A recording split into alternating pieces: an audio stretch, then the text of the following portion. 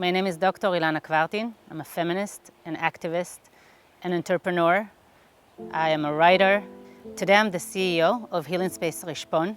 My mom, she's the first feminist in the family. She fought the world to have us make Aliyah to Israel. She said, this is an anti-Semitic country. I don't want to raise my children here. I want to leave. Let me leave. And she did everything in her power, including calling the Queen of England at the time, Queen of Holland, and Nancy Reagan. I was trained as a lawyer, so going to law school, I think it was maybe the second year that one of our professors was talking about women's rights, and it really drew me.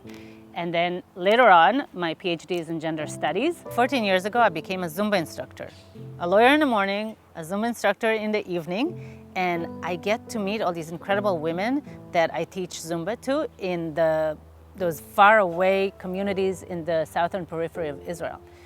And in one of those sessions, I meet this woman and she tells me this story that I didn't hear until that point. And I call this phenomena shtaltanut kitzonit. It's women who are experiencing verbal, economical, spiritual, sexual abuse in their marriages. They are controlled by their husband, but there isn't a physical aspect to it. Every time I stand on the stage and talk about coercive control or shtaltanut kitzonit for an hour, at the end of the lecture, I have 20% of the women come up to me or the participants and say, I know someone like that.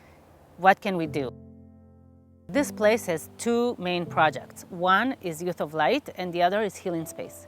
Youth of Light takes youth at risk, coming from very difficult environment and homes, and brings them to a process of a year and a half that's educational, but also occupation. They make candles.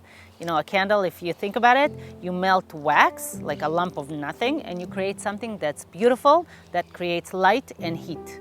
At Healing Space, we treat trauma to the populations who have been exposed to the traumatic events of October 7th and also who responded to it. So these are two circles of trauma, people who are experiencing trauma and vicarious trauma. We treat them through mind-body connection treatments. I'm looking at the Israeli society and I'm sad, frightened, and scared for what's going to happen in the next generations. If you don't treat the trauma when it happens, if you don't look at the symptoms as something that you need to handle and regain back your agency, then we're going to see our society going down. And my precious Israel is not something that I want it to happen to. I'll give everything I have, my entire toolbox of everything that I did in my life to run this place, to bring more hope to Israel and to bring more healing to the people who need it.